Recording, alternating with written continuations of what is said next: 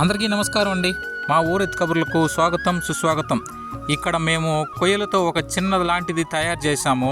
ఇది మీలో ఎవరికైనా తెలిసి ఉంటే కామెంట్ చేయండి, తెలియకపోతే మీకు తెలియజేస్తాను. ఇది ఏంటంటే మా యావు పాలు పిండడానికి ఏమాత్రం ఒప్పుకోదండి.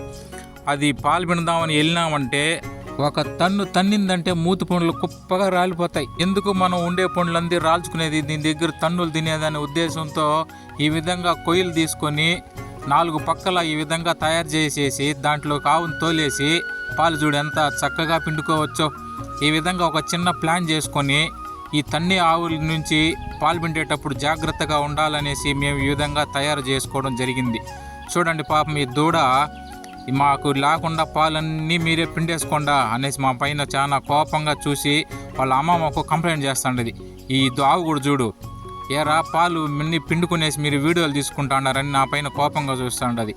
కానీ ఏం చేసేది, వాళ్ళ అమ్మ కంప్లైంట్ చేసినా వాళ్ళ నాయనమ్మ కంప్లైంట్ చేసినా ఎవరు కంప్లైంట్ చేసినా మనం పాలు అయితే పిండుకోవాలి కదా, తప్పదు కదా. ఇంత ఆవునంతా మేపుకొని అన్నీ చేసుకొని ఆ దూడకు పాలు ఇచ్చేదానికే మనం ఇంత కష్టపడేదే.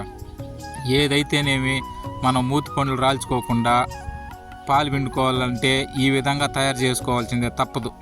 లేకపోతే దాని దగ్గర 4 టన్నులు దన్నాయనుకో మోకాళ్ళు మూతి పండ్లు అన్నీ రాలిపోతాయి.